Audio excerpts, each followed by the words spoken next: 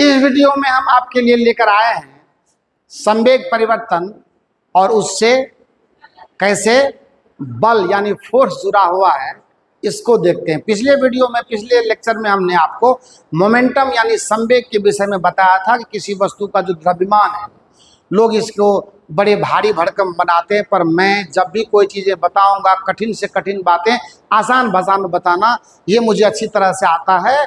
और ये मैं हमेशा प्रयास करता हूँ कि आपके लिए फिजिक्स इजी रहे, भौतिकी पढ़ते हुए आपको बिल्कुल मज़ा आना चाहिए, मेरा यही टारगेट रहता है। संवेग परिवर्तन को बल से क्या लेना देना है, मैं आपको एक बात बताता हूँ, ध्यान से सुनिएगा। एक छोटा सा मैं डायग्राम लेता हूँ और मैं एक से एक इंटरेस्टिंग एग्जाम्पल से मुलाकात करवाऊंगा आपका आने वाले वीडियोस में। आप देखो, जैसे मान लो कि हमने यहाँ पर एक कोई गेंद लिया, ठीक है, m मास लिया, इसका द्रव्यमान हमने इसका द्रव्यमान माना, है ना। गेंद का द्रव्यमान हमने मान लिया m, गेंद का द्रव्यमान हमने माना बराबर m। अच्छी बात है।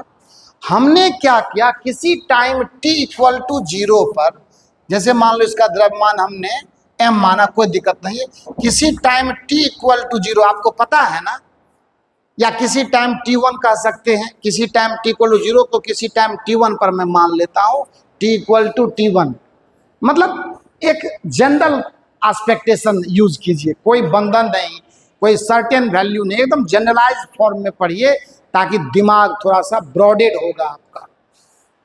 मैंने ये माना कि चलिए वस्तु चल रही थी, कहीं से आ रही थी, मैंने जब इसको काउंट करना, इस पर मैंने अगर जांच पड़ताल शुरू करा तो हमने ये देखा कि चलो ठीक है, इस वस्तु का वेग किसी टाइम t1 पर हमने u मान लिया। तो जब मैंने इसके वेग की गिनती शुरू की तो ये प्रारंभिक वेग है। ये कैसा वेग है? प्रारंभ का वेग है। ये स्टार्ट किया मैंने यहाँ से मेजरमेंट, ये प्रारंभिक वेग है। वस्तु चल रही है, जब वेग है तो वस्तु चल रही है, सिंपल सी बात है। इसमें कौन सा लॉजिक है बता दो आप। चल रही है, वेग है तो चल रही है, चलती गई, बिल्कुल सीधे रास्ते पर जा रही है, एकदम जा रही है। अब कोई टाइम t2 आ गया, मेरा मन किया वस्तु का द्रव्यमान ख्याल रहे कि तब भी m था और अब भी m है, उस पर कोई सवाल नहीं है। पर हमने ये ऑब्जर्व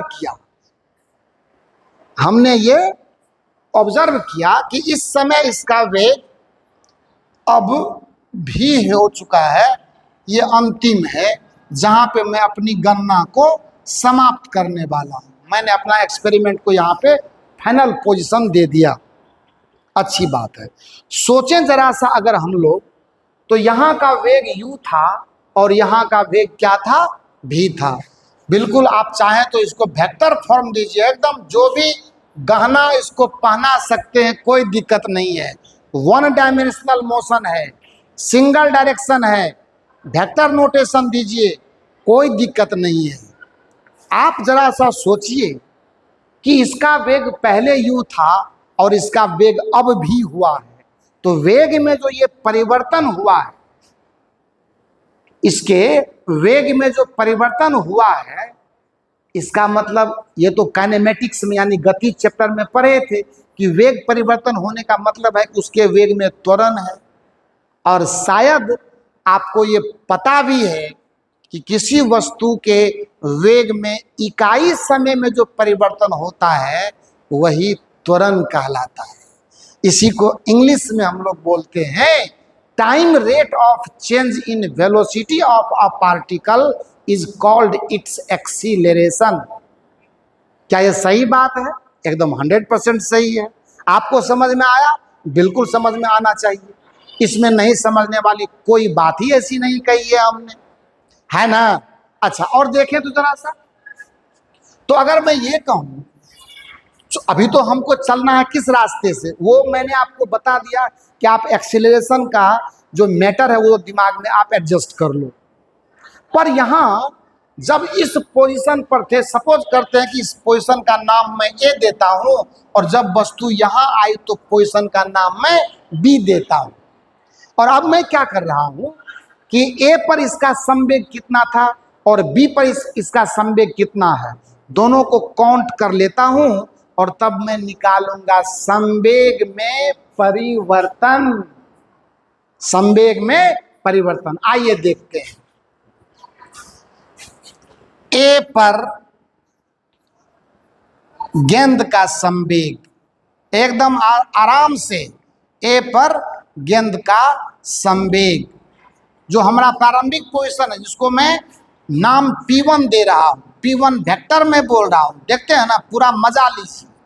P1 वेक्टर, क्या दिक्कत है, कोई दिक्कत नहीं है। इसको मैं लिखता हूं m इंटू यू वेक्टर, होगा ही होगा। पिछले लेक्चर में डेफिनेशन मैंने बता ही दिया कि द्रव्यमान और वेग का गुणनफल कर दो, संवेग मिल जाएगा। क्या ये सही बात है ना? अगर नहीं है तो मैंने रिपीट भी कर दिया, आप उसको गौर से सुनो, गौर से समझो, फिर देखो आप कितना ज्यादा इंटरेस्ट लेंगे, कहने की बात नहीं होगी। ठीक है, ए पर मैंने संवेग निकाल लिया। अब मैं क्या करता हूं, बी पर संवेग की बात करता हूं। ये प्रारंभिक संवेग है P1, और बी पर जब वस्तु पहुंचती है, गेंद पहुंचता है, तो गेंद का जो संवेग होगा वो कुछ ऐसा होगा, that is called P2 vector और equal to m into we vector. जब ये दोनों बात समझ में आ गई तो आइए देखते हैं संवेग में परिवर्तन। इसीलिए संवेग में परिवर्तन आ गया, संवेग में परिवर्तन आ गया, वो चीज जिसकी हमें, है ना, बहुत देर से खोज थी और वो अब चीज आ गया अपने सामने। संवेग में परिवर्तन की बात मैं कर रहा हूं। देखो बच्चा, चेंज जिस वर्ड का नाम है, परिवर्तन जिसका नाम है, उसका मतलब होता है फाइनल माइनस इनिशियल, अंतिम घटो प्रारंभ। कभी भी किसी चेंज में फाइनल माइनस इनिशियल ही याद किया जाता है। तो लिखेंगे परिवर्तन बराबर अंतिम संवेग, अंतिम संवेग घटो प्रारंभिक संवेग। बिल्कुल सही बात है, प्रारंभिक संवेग। और जैसे ही मैं ऐसा लिखता हूं तो इसको कहा जाता है ना, बराबर P2 vector minus P1 vector, है ना। और ये कितना होएगा, तो m into we vector minus m into u vector. संवेग परिवर्तन में समय भी तो लगा है, क्या लगा हुआ समय, किसमें लगा हुआ समय, संवेग परिवर्तन में लगा हुआ समय। क्या होगा, यहां लिखो, और संवेग परिवर्तन और लगा हुआ समय बराबर बच्चा होगा T2 माइनस T1, है ना। इसको हमने सपोज करो मान लिया T, है ना। तो अब आप बता सकते हैं, बिल्कुल बता सकते हैं, बोलिए क्या बता सकते हैं। संवेग परिवर्तन का मान P2 minus P1 mv minus mu, लगा हुआ समय T हुआ आपका, तो संवेग परिवर्तन इकाई समय में कितना हुआ, इसीलिए इकाई समय में संवेग परिवर्तन, इकाई समय में संवेग परिवर्तन। आप तो अपने आप समझ जाएंगे, हम कहाँ कुछ समझा रहे हैं आपको, आप खुद समझ रहे हैं, समझे ना। इकाई समय में संवेग परिवर्तन का मान होगा m v माइनस mu और बटा t। आया कि नहीं आया? जब इतनी सारी बात हम लोग समझ चुके हैं तो कौन सी बड़ी बात है कि जब मैं इसका नया रूप देख लूं। इसको हम मिटा देते हैं, इरेज कर देता हूं, आप पॉज करके इसको कर लेना, क्योंकि अब देखा जाए कि ये जो इकाई समय में संवेग परिवर्तन हुआ है, देखते हैं ये क्या है। ये बराबर m इंटू भी वेक्टर माइनस यू वेक्टर बटा टी। हमने कुछ कह रहे हैं, आप खुद समझ लीजिए। क्या इसके विषय में आपने कभी सुना है? एकदम सुना है। क्या था वो? आइए देख लेते हैं। याद करते हैं अपन v equal to u plus a t को। क्या तो क्या मिला यहाँ पे? v minus u equal to देखा जाए ए टी मिला। और अगर मैं v माइनस यू में t से डिवाइड कर दूं, क्या दिक्कत है? अगर आपको लालसा है कि सर इसमें वेक्टर कहाँ दिख रहा है, तो मैं दिखा देता हूँ। कोई बहुत बड़ी बात ये है नहीं। क्या ये ए वेक्टर के रूप में दिखा आपको? अरे बोलो, दिखा कि नहीं दिखा? एकदम 100% दिखा सर। क्यों नहीं दिखेगा? इतना क्लियर तो आप बोर्ड पर दिखा रहे हैं, इतना क्लियर तो आप चीजें समझा रहे हैं, तो फिर नहीं समझने और नहीं दिखने की बात ही क्या है? अब आप बता दो कि ये वैल्यू मैं अगर यहाँ रखूंगा तो मुझे क्या मिलेगा? ये बराबर मिल जाएगा m और इंटू ए वेक्टर। अब मेरे से नहीं पूछिएगा आप, क्या यही बल है कि नहीं है? 100% है। और इसीलिए हम ये कहते हैं कि f vector equal to m into a vector. आ गया सेकेंड लॉ का एक बार फिर से रिजल्ट। यही ना आपका न्यूटन का सेकेंड लॉ है, न्यूटन की गति का दूसरा नियम यही है ना। उस समय में हमने आपको ये बात कही थी कि किसी असंतुलित बाह्य बल द्वारा पैदा किया गया त्वरण वस्तु पर लगाए गए बल के समानुपाती और उसके द्रव्यमान के व्युत्क्रमानुपाती होता है। तो वहीं से हम F equal to m a लाए थे। यहाँ कैसे लाए हैं? तो संवेग में परिवर्तन की जो दर होती है, दर का मतलब समय दर, टाइम के साथ बेटा रेटिंग करते हैं इसको। So time rate of change in linear momentum is always equal to the external unbalanced force. ये जो बल देख रहे हो ना आप, ये बाहरी बल है और असंतुलित भी है, क्योंकि अगर बल असंतुलित नहीं होगा तो वो कभी त्वरण पैदा नहीं कर सकता है। सो अब आप लिख करके अपने से बता सकते हैं कि संवेग के आधार पर न्यूटन का दूसरा गति नियम कैसे लिखा जाता है। और बाकी तो सब आपको पता ही है। And this is the final of second law of motion. Newton की गति का दूसरा नियम संवेग के आधार पर कि संवेग में परिवर्तन की समय दर वस्तु पर लगाए गए बल के समानुपाती होता है।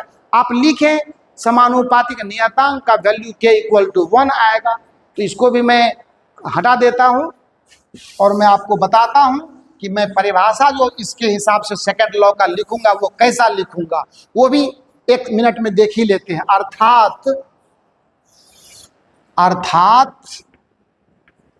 अब देखिए, संवेग के आधार पर न्यूटन का दूसरा गति नियम, Newton second law as per the linear momentum. दिक्कत हो रहा है, बीच बीच में 1-2 लाइन इंग्लिश हम बोल जाते हैं। हमको ये विश्वास लगता है कि आप पकड़ लेंगे बात को, लेकिन फिर उसका हिंदी भी कर देते हैं आपको समझने के ख्याल से। सो इसके लिए घबराना नहीं है, थोड़ा सा आदत होने की वजह से कभी कभी बोल जाते हैं। आप मजा लीजिए, बोर मत होइए। अर्थात संवेग परिवर्तन की समय दर, संवेग परिवर्तन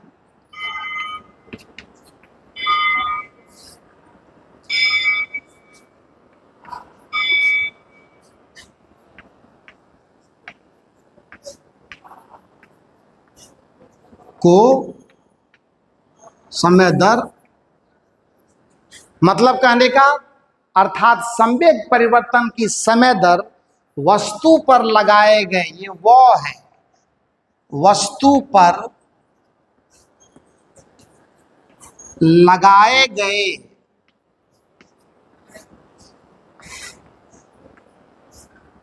बल के समानुपाती होता है, समानुपाती होता है। ये है, यही है।